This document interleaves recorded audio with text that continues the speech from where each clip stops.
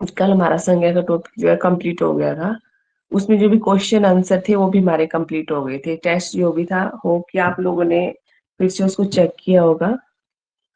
तो चलो आज हमारा नेक्स्ट टॉपिक है, अभी मैं पीडीएफ शेयर कर रही हूँ इसमें।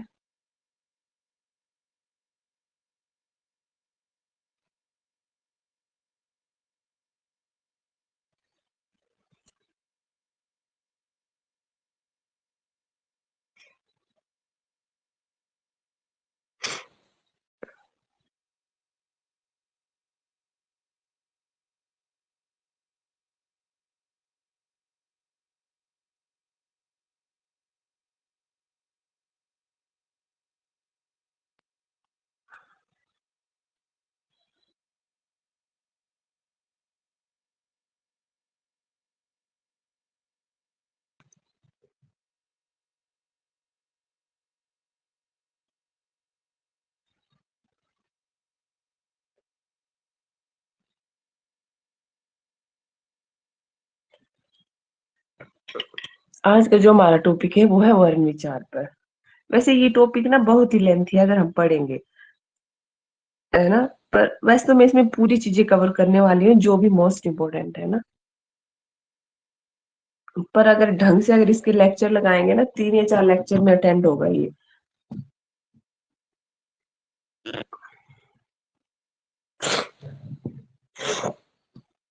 ओके चलिए, जिन्होंने जुड़ना होगा वो जुड़ते रहेंगे। हम स्टार्ट करते हैं अभी।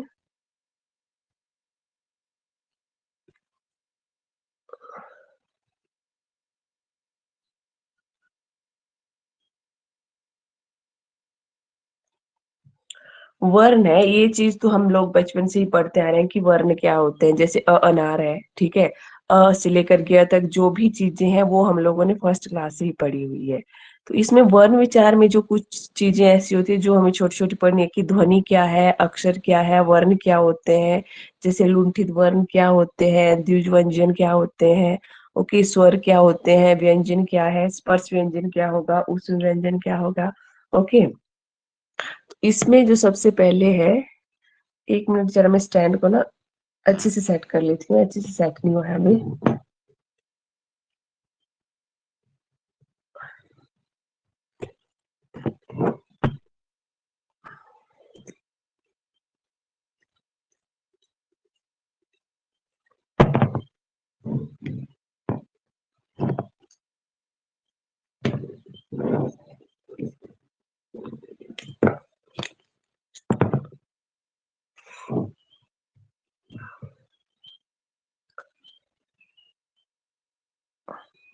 व्यक्ति को अपने विचार विनिमय करने के लिए भाषा की आवश्यकता होती है। मतलब हमें अपने विचारों को प्रकट करने के लिए किसी भाषा की आवश्यकता होती है। भाषा का निर्माण वाक्यों से, वाक्यों का निर्माण सार्थक शब्दों से, और शब्दों का निर्माण जो है वर्णों के मेल से होता है। तो ये चीज याद रखनी है कि जो वाक्य होते हैं उनका निर्माण किससे होता है, शब्दों से। और शब्द कैसे होने चाहिए, सार्थक शब्द होने चाहिए।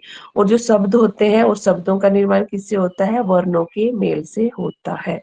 ओके, चलिए पढ़ लेते हैं। इसमें देखते हैं कि ध्वनि क्या होता है। भाषा की वह सबसे छोटी इकाई जिसके और खंड करना संभव ना हो, उनकी मौखिक अभिव्यक्ति ध्वनियां कहलाती है। अब ध्वनि, ध्वनि के बारे में देखो क्या क्वेश्चन आ रहा है इसमें। भाषा की सबसे छोटी इकाई क्या है, भाषा की सबसे छोटी इकाई जो है ध्वनि होती है। और ध्वनि के जो है हम खंड नहीं कर सकते हैं क्योंकि ध्वनि जो है सबसे छोटी इकाई होती है भाषा की। और ये भी एग्जाम में पूछा जाता है। ओके, क्वेश्चन कि भाषा की सबसे छोटी इकाई क्या है, ध्वनि है। नेक्स्ट है इसमें वर्ण। तो जो भाषा की वह सबसे छोटी इकाई जिसके खंड करना संभव ना हो, उसकी लिखित अभिव्यक्ति। अब जो वर्ण होता है, जो वर्ण होता है ना, वह भी सबसे छोटी इकाई होती है। पर ये क्या होता है, लिखित इकाई होती है। ओके, जैसे अ, आ, ई, क, ख, ये वर्ण हो गए। नेक्स्ट है इसमें अक्षर। अक्षर किसे कहते हैं, वे ध्वनियां जिनका उच्चारण श्वास के एक झटके में ही हो जाए, वे अक्षर कहलाते हैं। मतलब एक झटके में जिनका हम उच्चारण कर लेते हैं वे होते हैं अक्षर। जैसे कि आम, स्नान, एक झटके में जिनका उच्चारण हो रहा है। ओके, गुड मॉर्निंग सुधा ठाकुर।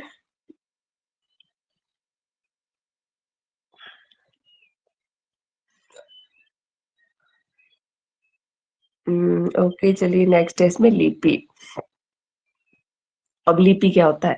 भाषा का आदान प्रदान बोलकर होता है, परंतु कभी कभी उसे लिखना भी पड़ता है। लिखित भाषा में मूल ध्वनियों के लिए जो चिन्ह माने जाते हैं। Good morning ma'am. यहाँ पे माइक है ना, आप लोग माइक का भी यूज कर सकते हैं। ओके। ओके, हम पढ़ रहे थे कि लिपि क्या होता है। भाषा का आदान प्रदान बोलकर होता है, परंतु कभी कभी उसे लिखना भी पड़ता है। लिखित भाषा में मूल ध्वनियों के लिए जो चिन्ह माने जाते हैं वे लिपि कहलाते हैं। मतलब जो लिखित भाषा होती है ना, उसके जो भी, जैसे हिंदी भाषा है उसके भी कुछ चिन्ह है, ठीक है। जैसे आम जो वर्णमाला है, जो हिंदी भाषा है वो देवनागरी लिपि में लिखी जाती है। उसी तरह जो इंग्लिश लैंग्वेज है वो किस लिपि में लिखी जाती है, उसकी रोमन लिपि है, ठीक है। तो इनके जो भी चिन्ह होते हैं उसे उसे जो है लिपि कहा जाता है। नेक्स्ट है वर्णमाला। वैसे ये चीजें आप लोगों को पता है, पर चलो, मुझे लगता था कि मुझे एक एक बार करवा लेनी चाहिए। ओके, नेक्स्ट है वर्णमाला। वर्णों या ध्वनियों के क्रमबद्ध समूह को वर्णमाला कहते हैं।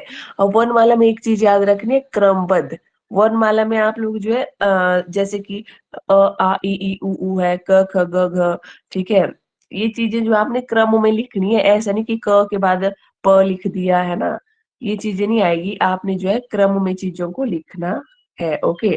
तो जो वर्णों या ध्वनियों का जो क्रमबद्ध समूह है उसे क्या कहेंगे? वर्णमाला कहेंगे। नेक्स्ट है मात्राएं। व्यंजनों के अनेक प्रकार के उच्चारण को स्पष्ट करने के लिए जब उनके साथ स्वर का योग होगा, तब स्वर का वास्तविक रूप जिस रूप में बदलता है उसे मात्रा कहते हैं। ओके। और ये किसने कहा है? ये कहा है कामता प्रसाद गुरु ने।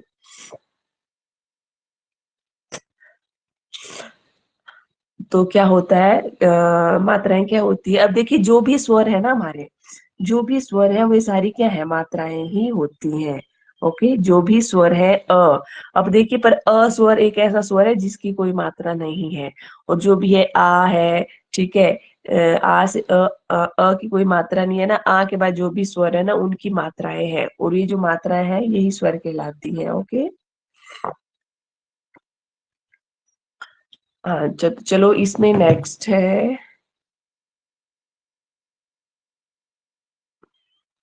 भाषा की सबसे छोटी इकाई क्या होती है? वर्ण होती है। और ये चीज आप लोगों को याद रखनी है।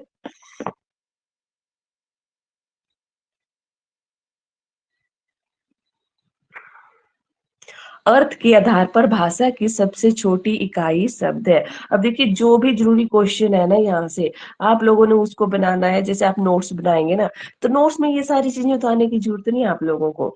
आप लोगों ने इन चीजों को कैसे उतारना है? जैसे कि क्वेश्चन के आधार पर, अर्थ के आधार पर भाषा की सबसे छोटी इकाई क्या है? तो आंसर शब्द है। और भाषा की पूर्णतः इकाई क्या है? वाक्य है। ओके। इस तरह से आप लोगों ने अगर नोट्स तैयार करने हैं तो क्वेश्चन आंसर फॉर्म में वो तैयार करने हैं आप लोगों ने। जैसे कि भाषा की पूर्ण इकाई क्या है? तो भाषा की पूर्ण इकाई क्या होती है? वाक्य होती है। नेक्स्ट है हिंदी विश्व की सभी भाषाओं में सर्वाधिक वैज्ञानिक है। और ये क्वेश्चन ना एग्जाम में पूछा जाता है। ये टेस्ट जो भी है ना, पिछली बार शायद जेवीटी में, पिछली से पिछली बार आया था। जेवीटी में या एलटी में ही है शायद, ये क्वेश्चन पूछा गया था। हिंदी विश्व की सभी भाषाओं में सबसे वैज्ञानिक भाषा है। तो हिंदी भाषा का रूप कैसा है? वैज्ञानिक है। ओके।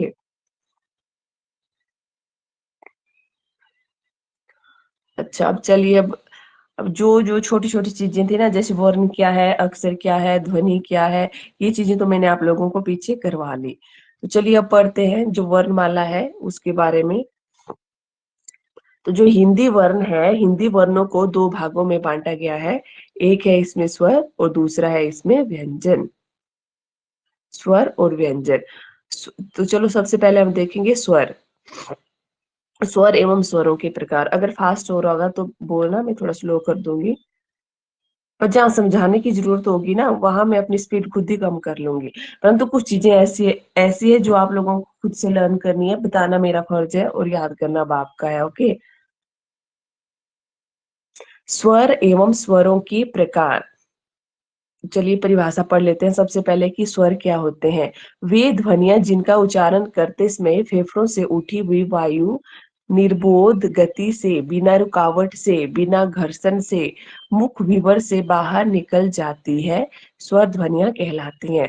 अब देखिए जो भी स्वर होता है इनका जब हम उच्चारण करते हैं तो इनके उच्चारण में जो है हमारे जो मुख विवर होता है ना उसमें कोई रुकावट या कोई घर्षण उत्पन्न नहीं होता है, तो ये स्वर ध्वनियां कहलाती हैं। अच्छा अब देखिए स्वर जो है उनकी मात्राएं देख लेते हैं। की मात्रा, की कोई मात्रा नहीं है, मैंने बताई थी। और ये मात्राएं, ये इनका नॉलेज तो आप लोगों को है ना, मात्राएं। चलो ये चीज आप लोग देख लेना।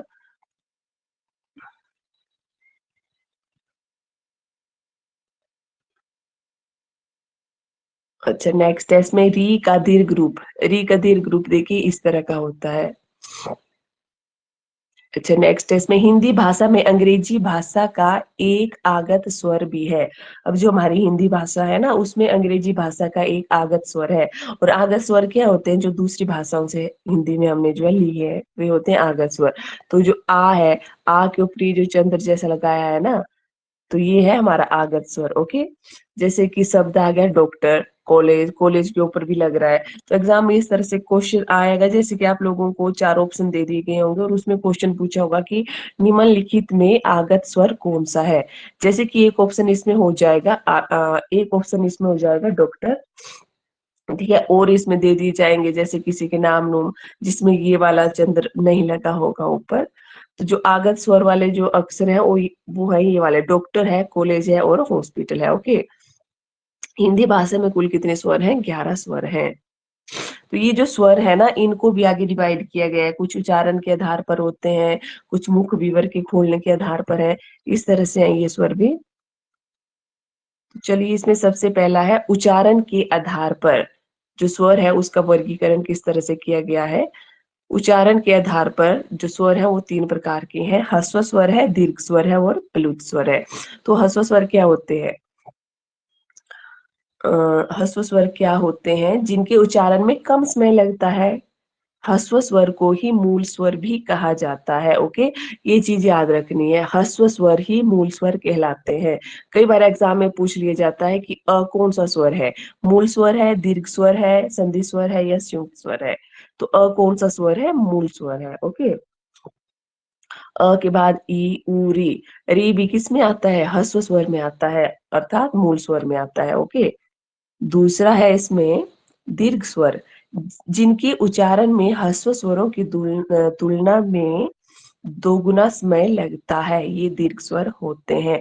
अब देखिए जो ह्रस्व स्वर होते हैं उनमें कम समय लगता है, इसको हम इस तरह से भी बोल सकते हैं कि ह्रस्व स्वर में एक मात्रा का समय लगता है और जो दीर्घ स्वर है उसमें दो गुना समय, मतलब दो मात्राओं का इसमें समय लगेगा। ओके, तो इसमें पहला है संधि स्वर। दीर्घ स्वर ध्यान से पढ़ना। वैसे दीर्घ स्वर हमने इजी इसमें ही पढ़ा होता है कि दीर्घ स्वर है जैसे आ ई उ, पर जो दीर्घ स्वर है ना उसको भी दो भागों में डिवाइड किया है ना। तो हमें थोड़ा हिंदी थोड़ा सा डिटेल में पढ़नी पड़ेगी, क्योंकि जो भी टीएसटी पीएचडी एलटी जो भी अदर स्ट्रीम से आप सब लोग जुड़े हुए हैं ना, इसमें हिंदी थोड़ा हमें डीप आती है और हमें हिंदी को ना इसमें बहुत ही बारीकी से पढ़ना पड़ेगा, एक एक चीज इसमें हमें पढ़नी पड़ेगी। ओके, दीर्घ स्वर जिनके उच्चारण में सॉरी हाँ, जिनके उच्चारण में ह्रस्व स्वरों की तुलना में दुगना समय लगता है वे दीर्घ स्वर कहलाते हैं। अब जो दीर्घ स्वर है वो भी दो प्रकार के हैं, एक है इसमें संधि स्वर और दूसरा है संयुक्त स्वर। अब देखिए संधि स्वर क्या होते हैं? संधि स्वर जो सजातीय ह्रस्व स्वरों के योग से बने होते हैं। अब सजातीय क्या होता है? जिनकी जाति एक समान होती है। जैसे कि देखिए अनार है, ठीक है, आ आम है, जो एक तरह से लिखे जा रहे हैं ना, आ। तो सजातीय में क्या है? आ है ना, ई उ। तो जो संधि स्वर है उनमें से जो सजातीय स्वर है वो कौन कौन से हैं?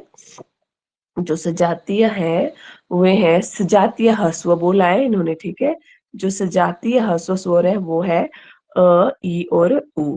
तो देखिए सॉरी आ ई और उ है। मैं पीछे वाला ही देख रही थी इसमें, एक मिनट में क्लियर कर देती हूँ इसको। तो जो सजातीय ह्रस्व स्वरों के योग से बने हैं इसमें है आ ई और उ। अब देखिए कैसे, क्योंकि जो आ है और अ से बना होता है, और और क्या है, सजातीय है। ई भी ई और ई से बनी है, सजातीय है ना दोनों, और उ भी उ और उ से बना हुआ है। तो जो संधि स्वर है उसमें आ, ई और उ आएंगे। और जो संयुक्त स्वर है, जो दो विजातीय स्वरों के योग से बने हैं। विजातीय मतलब अलग अलग स्वर जिसमें होंगे वे होंगे संयुक्त स्वर। ओके, इसमें है ए, ओ, औ। ए, ओ, औ, ये है संयुक्त स्वर। ठीक है, तो इसमें देखिए जो ए है वो बनेगा अ और ई से, ए बन रहा है अ और ए से। अब देखिए ये जो बन रहे हैं ना स्वर, किस किस के योग से बन रहे हैं, ये चीजें भी आप लोगों को पता होनी चाहिए। ठीक है, क्योंकि इस तरह से कई बार पूछ लिया जाता है कि जो ए है उसमें कौन कौन से स्वर है। ए में अ और ए है, ठीक है। ओ में अ और उ है, और औ में अ प्लस ओ है। ओके, चलिए दीर्घ स्वर हो गया।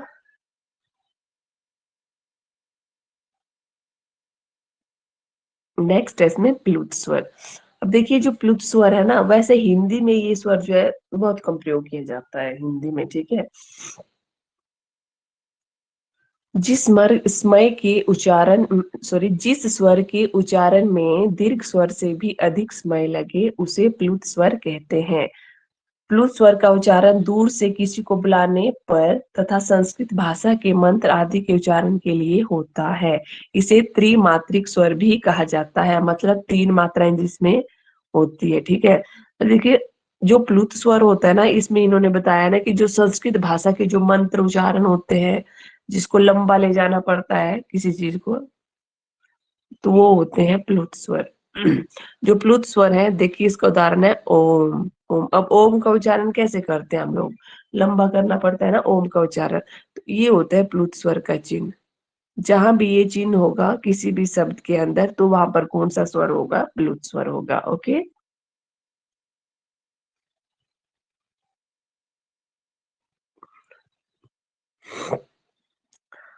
ओके, नेक्स्ट पढ़ेंगे हम जिह्वा की सक्रियता के आधार पर। अब ये जो हमारी जीभ है ना, इसकी सक्रियता के आधार पर भी हमने क्या करना है, स्वरों का वर्गीकरण करना है। तो जिह्वा की सक्रियता के आधार पर स्वर तीन प्रकार के होते हैं। पहला है इसमें अग्र स्वर, दूसरा है मध्य स्वर, और तीसरा है पश्च स्वर है। अग्र स्वर क्या होता है, जिन स्वरों के उच्चारण में जीभा के आगे का भाग सक्रिय रहता है।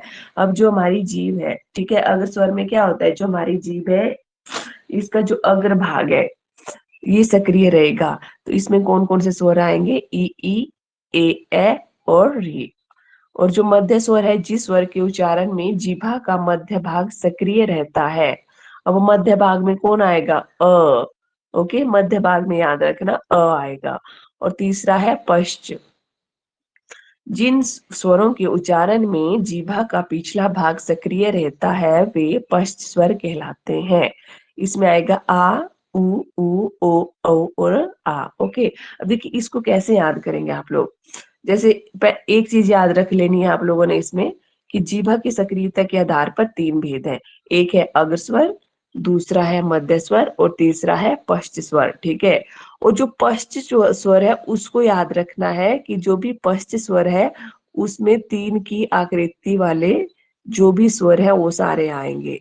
तीन की आकृति वाले स्वर किस में आएंगे, पश्च में आएंगे। देखिए आ को भी लिखने के लिए तीन का यूज होता है, ओ को भी, उ को भी, ओ और अ को भी। ठीक है, तो जो पश्च स्वर है उसमें तीन की आकृति वाले जो है स्वर आते हैं पश्च स्वर में। ठीक है, तो सिर्फ ये एक याद रखना है, इसमें पश्च स्वर में तीन की आकृति वाले आते हैं, और केवल जो अ है, ठीक है, तीन की आकृति वाला जो अ है वो आएगा मध्य में। ठीक है, और बाकी जो बच गए वो अग्र स्वर में आएंगे। अग्र स्वर मत पढ़ना आप लोग, अग्र स्वर याद मत रखना, क्योंकि पता है क्या है, अभी तो आप लोगों को ये चीज याद हो जाएगी पर फिर ये चीजें कंफ्यूज क्रिएट कर देती है।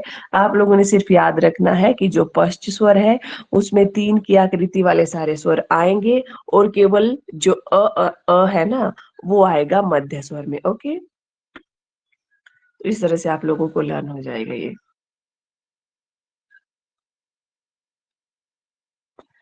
चलिए नेक्स्ट है इसमें ओष्ठाकृति के आधार पर स्वरों का वर्गीकरण। तो जो ओष्ठाकृति के आधार पर जो स्वर है वो दो प्रकार के होते हैं। एक है वृत्ताकार स्वर और दूसरा है अवृत्ताकार स्वर। अब देखिए जो ओंठ होते हैं ना हमारे, अब बोलते हुए कई बार ओंठ हमारे गोल हो जाते हैं, कई बार जो है हमारे ओंठ गोल नहीं होते हैं, हम सीधे ही किसी चीज का उच्चारण कर लेते हैं, तो वो हो गया ओष्ठाकृति के कारण। ओके, स्वरों का वर्गीकरण। तो इसमें जो पहला है वो है वृत्ताकार स्वर। जिन स्वरों का उच्चारण करते समय ओष्ठों का आकार वृत्त की भांति गोल हो जाता है तो वो हो गए वृत्ताकार। तो सबसे पता लग रहा है ना कि ओठ कैसे होंगे, हमारे वृत्ताकार हो जाएंगे। इसमें आएगा उ उ ओ औ, उ उ ओ औ। अब देखिए सब उच्चारण करके देखिए जरा, खुद से उच्चारण कीजिए एक बार, ओंठों की आकृति कैसे हो रही है।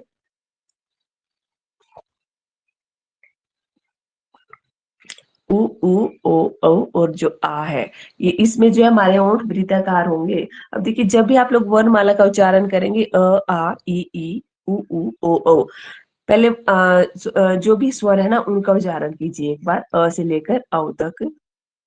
अ आ ई उ ओ औ। आप लोग पूरे पूरे स्वरों का उच्चारण कीजिए कि हमारे ओंठ कहाँ पर जो है गोल हो रहे हैं और कहाँ पर जो है गोल नहीं हो रहे हैं। तो वहीं से पता लग जाएगा आप लोगों को कि जहां भी गोल हो रहे होंगे वहां पर आप लोगों ने लिख लेना है कि कौन कौन से गोल हो रहे हैं, जहां पर हमारे ओंठ जो है वृत्ताकार हो रहे हैं। अ आ उ ए ओ औ अंग अ। देखिए उ और ओ औ में हमारे ओंठों की आकृति किस तरह से जा रही है, वृत्ताकार जा रही है ना। हाँ, तो वृत्ताकार में उ ओ औ है, ठीक है। बस वृत्ताकार ही याद रखना, और जो बाकी बच गए वो सारे क्या है, अवृत्ताकार है, जिसमें ओंठों की आकृति गोल नहीं होती है, वो हो गए अवृत्ताकार। अब जो भी पार्ट है ना इसमें अगर आप लोग एक चीज याद रखेंगे कि तो ऑटोमेटिकली दूसरी चीज आप लोगों को याद करने की जरूरत नहीं है, वो याद हो जाएगी आप लोगों को। आप लोगों ने इसमें सिर्फ वृत्ताकार याद रखना कि वृत्ताकार स्वर है उ ओ औ। ओके, और जो बाकी बच गए वो सारे अवृत्ताकार स्वर हो गए।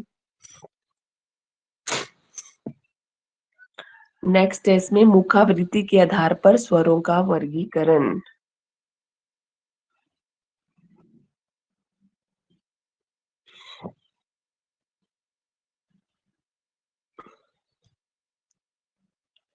जो हमारा मुख है, मुखावृत्ति के आधार पर जो है स्वरों का वर्गीकरण भी इसमें बताया गया है, और ये है 4 प्रकार से। अच्छा, समझ आ रहा है आप लोगों को? फास्ट तो नहीं हो रहा है ना? आप लोग नो माइक मैम। ऑन के बात कर सकते हो। ओके, या तो आप लोग चैट बॉक्स में भी डाल सकते हो। अगर फास्ट हो रहा होगा ना तो मैं थोड़ा स्लो करवाऊंगी। पर मुझे लग रहा है कि ये टॉपिक ऐसे है ना जो आप लोगों ने बहुत बार पढ़े हैं, और जो जरूरी चीजें है ना वो आप लोगों को इससे पिक करनी है, ठीक है। इसलिए मैं थोड़ा सा फास्ट सिलेबस चला रही हूँ इसमें, क्योंकि हिंदी ग्रामर भी जो है कम नहीं है, अगर पढ़ने लगे डीपली हम लोग तो हिंदी ग्रामर भी बहुत है पढ़ने के लिए। ओके, तो इसमें पहला है विपरीत स्वर। विपरीत स्वर, और दूसरा है अर्ध विपरीत स्वर, तीसरा है समृद्ध स्वर, और चौथा है इसमें अर्ध समृद्ध स्वर। तो सबसे पहले आ जाएगा इसमें विपरीत स्वर। विपरीत का शाब्दिक अर्थ क्या होता है, खुलना। और ये अर्थ भी आप लोगों को पता होनी चाहिए कि विपरीत का शाब्दिक अर्थ क्या होता है, खुलना। क्योंकि आजकल एग्जामिनर जो है ना कुछ भी पूछ सकता है, हम ये नहीं बोल सकते कि पहले जैसा समय है कि हाँ ये चीज आएगी। एग्जामिनर आजकल ना कुछ भी पूछ सकता है कहीं से भी, क्योंकि आजकल का जो एग्जामिनर है ना वो बहुत ही शार्प है। ये तो आप लोगों को पता है कि जो पेपरों के ढंग है जिस तरह से आजकल हम लोग पढ़ के कुछ छोड़ जाते हैं और आ कुछ छोड़ रहा है।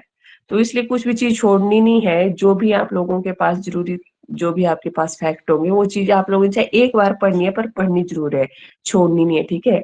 तो विपरीत स्वर, विपरीत का शाब्दिक अर्थ क्या होता है, खुलना, ठीक है।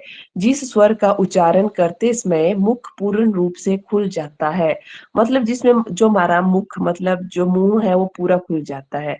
अब देखिए आ अ का उच्चारण कीजिए, थोड़ा सा खुल रहा है, और आ में खुल रहा है ना पूरा। तो विपरीत में कौन सा स्वर आ गया, आ गया, ठीक है। अर्ध विपरीत में जिन स्वरों का उच्चारण करते समय मुख आधा खुला हो, जिसमें मुख कैसा खुला होता है, आधा खुला होता है, ठीक है, जैसे अ ए ओ, जिसमें थोड़ा कम खुला होगा, ठीक है, अर्ध विपरीत में जो मुख जो है हमारा आधा खुला होता है, तो अर्ध विपरीत में ये वाले स्वर आएंगे ए और औ। ओके, नेक्स्ट है इसमें संवृत स्वर। संवृत का शाब्दिक अर्थ होता है बंद होना। संवृत का शाब्दिक अर्थ क्या होता है, बंद होना, और विपरीत का शाब्दिक अर्थ क्या होता है, खुलना। ओके, तो जो विपरीत है, विपरीत का विलोम शब्द क्या हो गया, संवृत हो गया। ओके, तो इस तरह से भी क्वेश्चन आ सकता है कि विपरीत का विलोम शब्द क्या है, तो विपरीत का विलोम शब्द होगा संवृत। तो समृद्ध का शाब्दिक अर्थ होता है बंद होना, अर्थात जिन स्वरों का उच्चारण करते समय मुख प्राय बंद सा हो जाता है, वहां पर जो है समृद्ध स्वर होते हैं। जैसे कि इसमें है ई उ री, ई उ री। अब उच्चारण कीजिए इसमें ई उ री। कैसा हो रहा है मुख, जिसमें बंद सा हो रहा है मुख, इसमें ज्यादा हमें खोलने की जरूरत नहीं हो रही है। अगर हम दांतों को या इसको भी ज्यादा नहीं ये करेंगे, ओपन करेंगे मुंह को, तो हम ये चीज उच्चारण कर सकते हैं, ई उ री। ओके, नेक्स्ट है अर्ध समृद्ध स्वर। जिन स्वरों का उच्चारण करते समय मुख आधा बंद रहता हो, जैसे ए ओ, ठीक है, ए ओ, ए ओ, वे होते हैं अर्ध समृद्ध स्वर।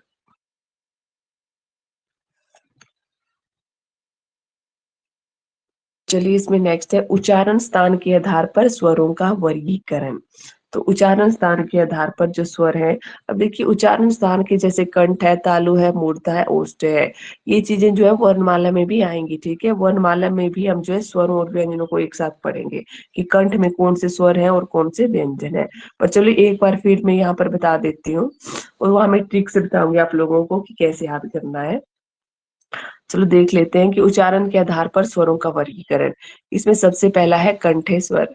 अब ये तो आप लोगों को पता ही होगा कि कंठ क्या होता है, तालु क्या होता है, मूर्धा क्या है। ओके, ओष्ठे क्या होता है। तो देखिए कंठे स्वर जिनका उच्चारण कंठ से होता है, तो आ, तो आ कौन से स्वर है, कंठे स्वर है। और तालुए स्वर जिनका उच्चारण तालु से होता है, ए, ई ए, तो ये कौन से है, तालुए स्वर है। ओके, नेक्स्ट है मूर्धन्य स्वर। इनका उच्चारण स्थान मूर्धा भाग से होता है, मुख का सबसे ऊपर का ठोस भाग होता है मूर्धा। तो मूर्धा क्या होता है, जो मुख होता है, मुख के ऊपर का सबसे ठोस भाग जो होता है वो क्या होता है, मूर्धा होता है। ओके, नेक्स्ट है ओष्ठे स्वर। इनका उच्चारण स्थान ओष्ठ होता है। तो मूर्धा में जो है री का उच्चारण होता है। ठीक है, इनको मैं एक एक बार बता रही हूँ। जब वर्णमाला हम करेंगे ना, जिसमें व्यंजन भी आएंगे, तो वहां पर ये चीजें मैं एक साथ करवाऊंगी, वहां पे आप लोगों को अच्छी से ये चीज लर्न हो जाएगी। पर एक एक बार यहाँ पे बता रही हूँ मैं। ओष्ठे स्वर में जिनका उच्चारण ओष्ठ से होता है, ओके, इसमें उ ओ औ। अब देखिए इनका उच्चारण करते हो, इसमें हमारे ओठ ज्यादा एक्टिव हो रहे हैं, उ ओ औ। ओके, इसके अतिरिक्त कुछ स्वर ऐसे होते हैं जिनका उच्चारण स्थान जो है संयुक्त भी होता है, जैसे कि कंठ तालुए, कंठ और तालु से जिनका उच्चारण स्थान कंठ और तालु दोनों से होता है, वो है ए, कंठ और तालु से। अब देखिए वैसे कंठे में ए भी आ गए थे ना ऊपर, वैसे इनका उच्चारण कंठ और तालु से भी होता है। एग्जाम में किसी तरह से भी क्वेश्चन आ सकता है, ए का उच्चारण कहाँ से होता है, कंठ से भी होता है और तालवे से भी होता है। ठीक है, नेक्स्ट है इसमें कंठोष्ठे। इनका उच्चारण स्थान कंठ और ओष्ठे दोनों से होता है, ओ औ। कंठोष्ठे से होता है इनका ओ औ। ओके, ओके, नेक्स्ट है इसमें, पर वैसे ये जो ए और ओ औ है ना, इनका उच्चारण कंठ तालवे और कंठोष्ठे इसमें करेक्ट होता है। ठीक है,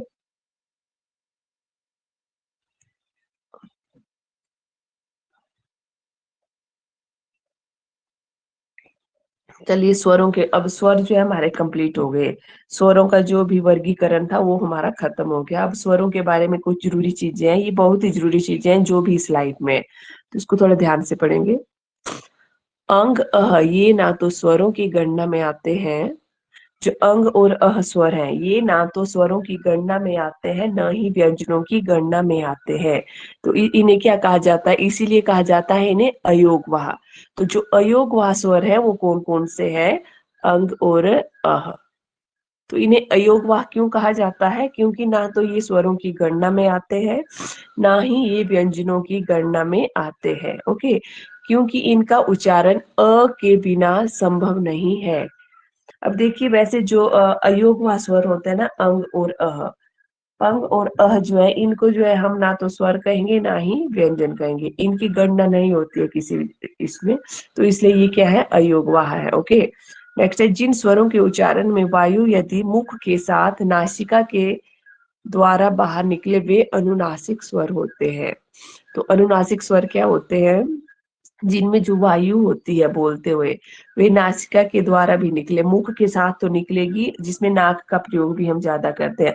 ठीक है, वो कौन से होते हैं, अनुनासिक होते हैं, जैसे आ, ई, ओ। ओके, नेक्स्ट है, इसमें जिन स्वरों के उच्चारण में वायु केवल मुख विवर से ही बाहर निकलती है, वे निम्नुनासिक स्वर कहलाते हैं। तो निम्नुनासिक स्वर कौन कौन से हो गए, अब निम्नुनासिक में देखिए क्या आएगा। निम्नुनासिक में वायु जो है केवल मुख से निकलती है। निम्नुनासिक में जो जब भी हम मतलब कोई बोलते हैं ना, कुछ भी चीज बोलते हैं, तो उसमें जो वायु होती है उसमें मुख का प्रयोग किया जाता है, केवल आ, ई और उ। तो निम्नुनासिक में केवल मुख का प्रयोग होता है, और अनुनासिक में मुख और नासिका, मुख और नाक दोनों का प्रयोग होता है। ठीक है, अब सभी स्वर अल्प प्राण होते हैं, ये चीज याद रखनी है, सभी स्वर जो है अल्प प्राण होते हैं, और सभी स्वर घोष, घोष को सघोष बोलते हैं। ठीक है, सभी स्वर जो है घोष या सघोष होते हैं, ये चीज याद रखनी है। सभी स्वर क्या होते हैं, अल्प प्राण होते हैं, मतलब जिनके उच्चारण में वायु अल्प मात्रा में प्रयोग होती है, और सभी स्वर क्या होते हैं, घोष या सघोष होते हैं। ठीक है, तो ये चीज इसमें याद रखनी है। जैसे कि इसमें अयोगवा स्वर पूछ लिए जाते हैं, अयोगवा स्वर कौन से हैं, अनुनासिक स्वर कौन से हैं, निम्नुनासिक स्वर कौन से हैं। तो स्वर जो है किस श्रेणी में आते हैं, अल्प प्राण में आते हैं या महाप्राण में आते हैं। तो जो स्वर है वो अल्प प्राण में आते हैं। ठीक है, और जो सभी स्वर हैं वो कैसे होते हैं, घोष होते हैं। ठीक है, घोष या सुघोष होते हैं।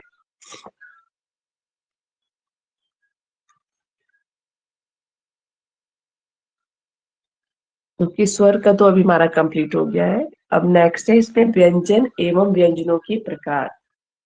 चलो, इसमें हम एक या दो स्लाइड आगे डिस्कस करेंगे, अभी जो व्यंजनों वाला पार्ट है वो चलेगा, शायद कल तक चलेगा ये। अच्छा चलो, व्यंजन क्या होते हैं। जिन वर्णों का उच्चारण करते समय फेफड़ों से उठने वाली वायु मुख विवर के उच्चारण अवयवों से बाधित होकर बाहर निकले, वे व्यंजन कहलाते हैं। मतलब जब भी व्यंजनों का उच्चारण हम करेंगे, तो जो फेफड़ों से उठने वाले वायु है वो बाधित हो जाती है, मतलब उसमें कुछ रुकावट हो जाती है। और जो स्वर होते हैं उनमें कोई रुकावट नहीं होती है, जब भी वायु मुख विवर से निकलती है, स्वर के उच्चारण में कोई भी रुकावट नहीं होती है। और जो व्यंजन होते हैं उनके उच्चारण में जो है रुकावट होती है। ओके,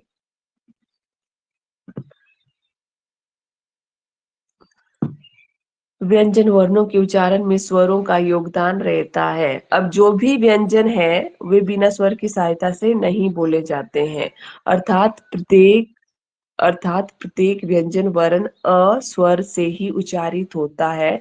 और व्यंजनों की कुल संख्या कितनी है, 33 है।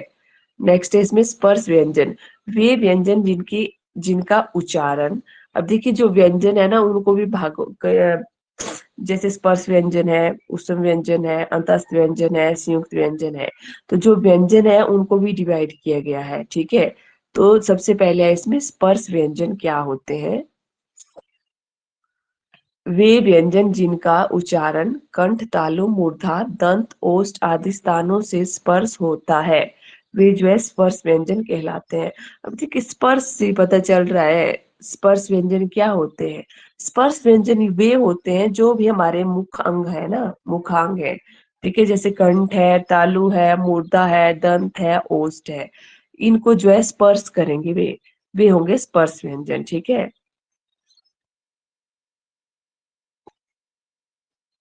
ओके, नेक्स्ट इसमें है कुछ नोट है, ये पढ़ लो, देखिए क्या है। हिंदी वर्णमाला की प्रत्येक पंक्तियां जिनके वर्णों की संख्या 5 होती है। अब देखिए जो भी प्रत्येक पंक्ति है, जैसे क की पंक्ति है ना पूरी, क ख ग घ अंग 5 वर्ण है, ठीक है। दूसरी है च छ ज झ ञ 5 वर्ण है, ठीक है। तो जो हिंदी वर्णमाला की जो पंक्ति है उनमें वर्णों की संख्या 5 होती है, और इस कारण वे जो है वर्ग कहलाते हैं।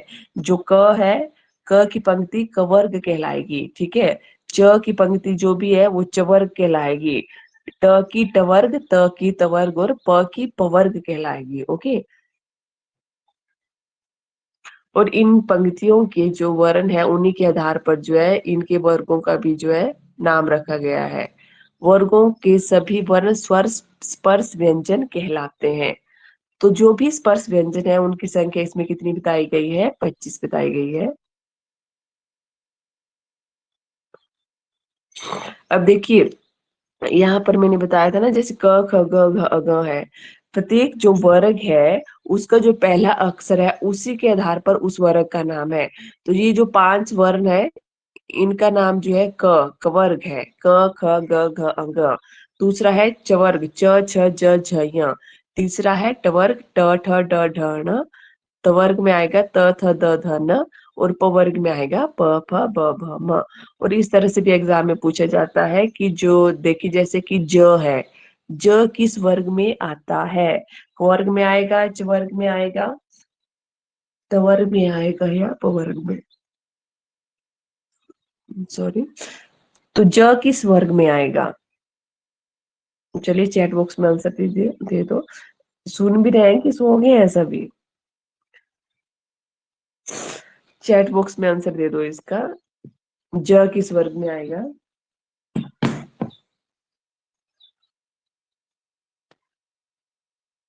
मैम चुवर्ग में आएगा, लिखा नहीं जा रहा है।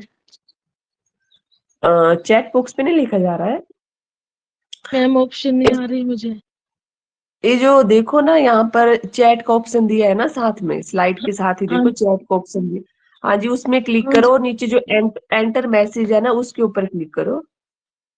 ओके। क्लिक करके चेक कर लो एक बार।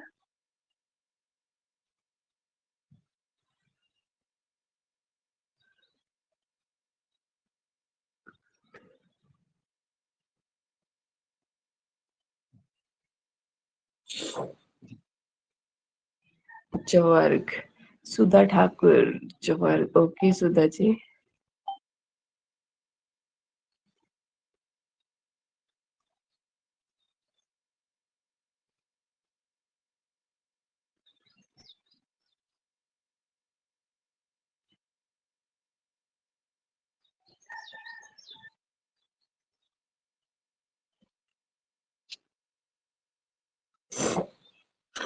ओके चलिए, स्पर्श व्यंजन तो हो गया ना, स्पर्श व्यंजन समझ आ गया आप लोगों को। तो स्पर्श व्यंजन में जो दो चीजें मैंने बताई आप लोगों को, एक तो वर्ग का आप लोगों को पता होना चाहिए,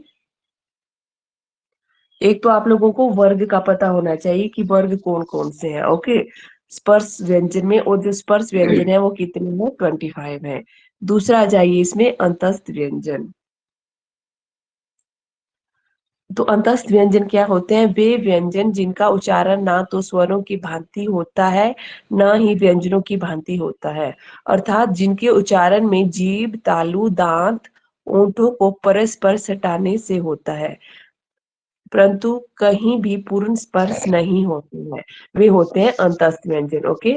और इनकी संख्या कितनी होती है? इनकी संख्या 4 होती है, य र ल व।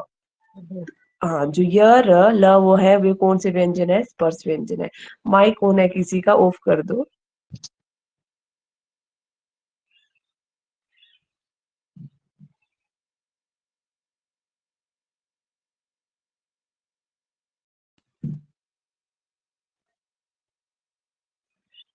तो अंतस्थ व्यंजन क्या हो गए? य र ल व अंतस्थ व्यंजन है, ओके।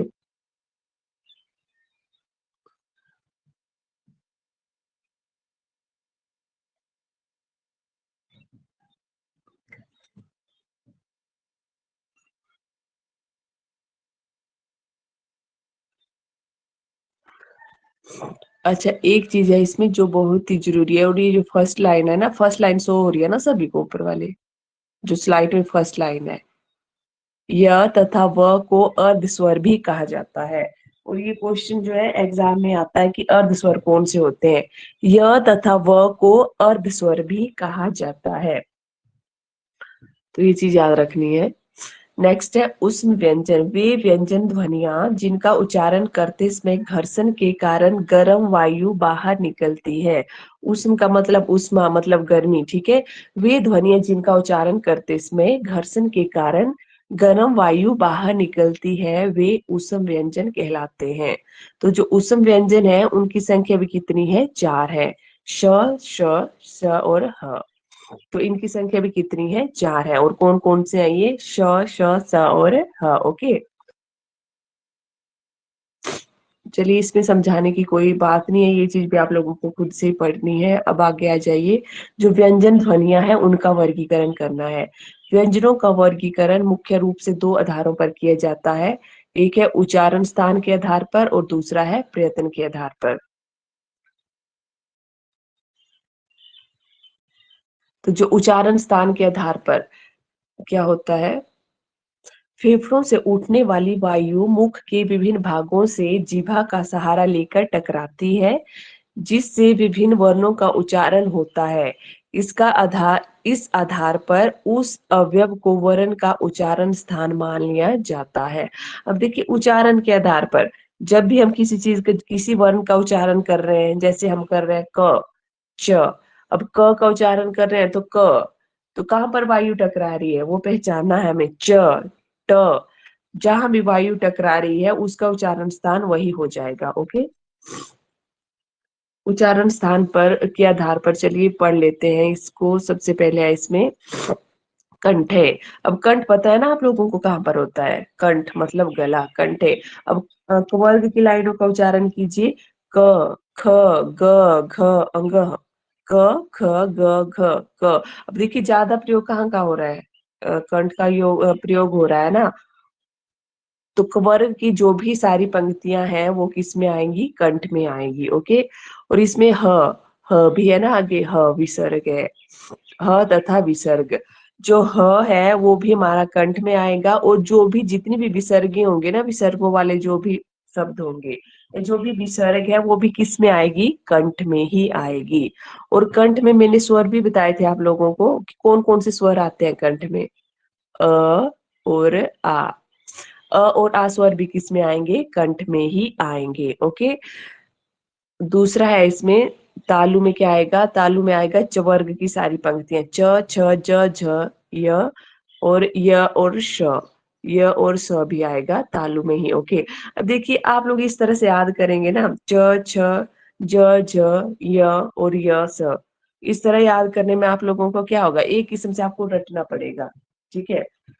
तो मैं इसको देखो कैसे याद करवाऊंगी आप लोगों को, जो वर्ग है उसके लिए आप लोगों ने शब्द याद रखना है, आ, क, ह, आकह। कह में भी सरने लगा देनी है पीछे। ओके, तो आ से क्या बनेगा, देखो आकह, आ से मतलब और आ बन गया, ठीक है, और आ बन गया। और क से कवर्ग की पूरी लाइनें। ओके, कवर्ग में जो भी वर्ण है वो सारे आएंगे। तो क से ये याद रखना है आप लोगों ने, क, ख, ग, घ, अंग, ठीक है। और ह से ह आ गया, और जो विसर्गी है उससे विसर्गी आ गई। ओके, तो क वर्ग के लिए, सॉरी, जो कंठ है उसके लिए याद रखना है आप लोगों ने एक शब्द आकह, आकह। ओके, 2-3 बार आप लोग याद करेंगे या लिखेंगे, उसके बाद तो आप लोगों की चीज परमानेंट याद हो जाएगी।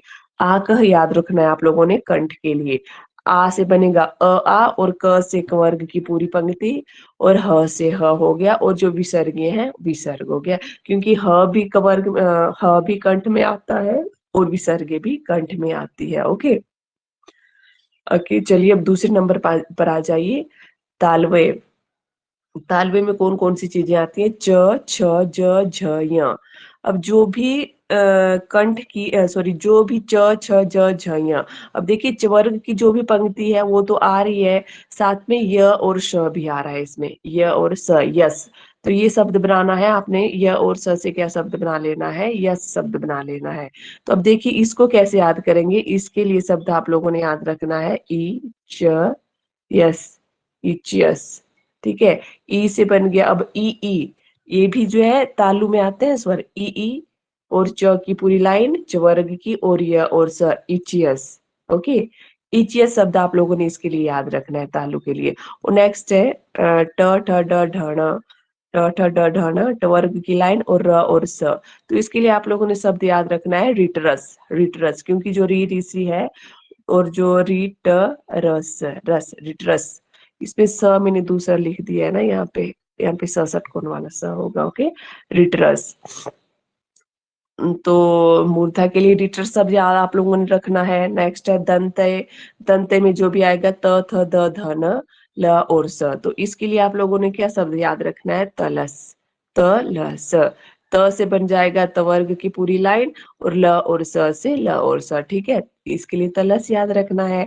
नेक्स्ट है ओष्ठ्य के लिए, ओष्ठ्य में जो है प फ ब भ म और व आएगा, तो इसके लिए आप लोगों ने उपम शब्द याद रखना है। ऊ से ऊ हो जाएगा, प से प वर्ग की लाइन हो जाएगी। ओके, और व से जो है व हो जाएगा। तो इस तरह से याद रखना, ये चीज आप लोगों ने जो है याद करनी है। ठीक है, ये जो मैंने आपको करवाया।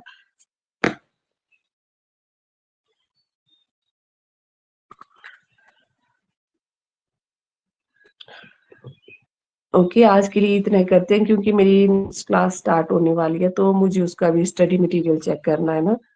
तो आज मैं क्लास थोड़ा 10 मिनट पहले ऑफ कर रही हूँ। वैसे क्लास की जो टाइमिंग है वो 45 मिनट ही होगी, और इसी में मैं आपको बहुत चीजें कवर करवा दूंगी। ठीक है,